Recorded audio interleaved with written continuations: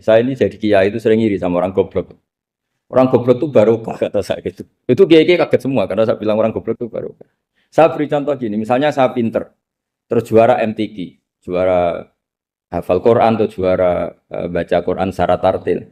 Ujung-ujungnya saya dapat apa hadiah umroh atau apalah, atau hadiah rumah atau apa. Pertanyaannya adalah mendapat.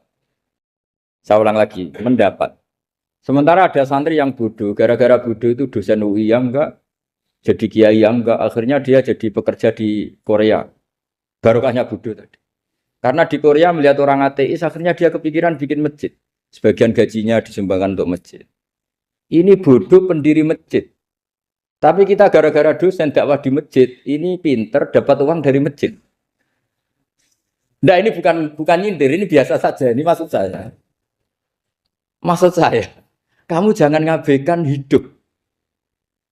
Akhirnya apa yang terjadi? Saya ini punya teman ini betul. Saya ini kan kecelok dulu tuh Gus Salim. Nasib saya di mana-mana dihormati. Kadang saya merasa dosa. Kok dihormati? Saya punya teman, dulu gobloknya minta ampun sekolah, sekelas maksudnya. Gobloknya, soalnya gobloknya harus disepakati. Sudah. Iya, goblok mujma'alah kira-kira.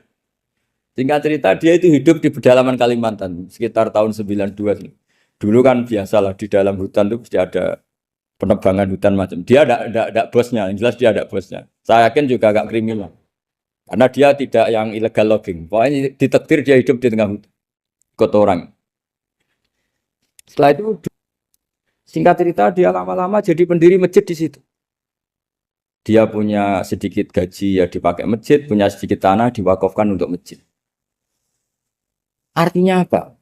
Indawa ini banyak orang bodoh, ternyata di komunitasnya dia muassis, pendiri, pemberi. Sementara kita yang kecelok pinter, dapat umroh, dapat bonus. Kira-kira nanti kita ketemu Allah. Kamu pernah nyumbang Islam apa? Yang bodoh jawab, oh nanti Gusti bikin masjid di pedalaman.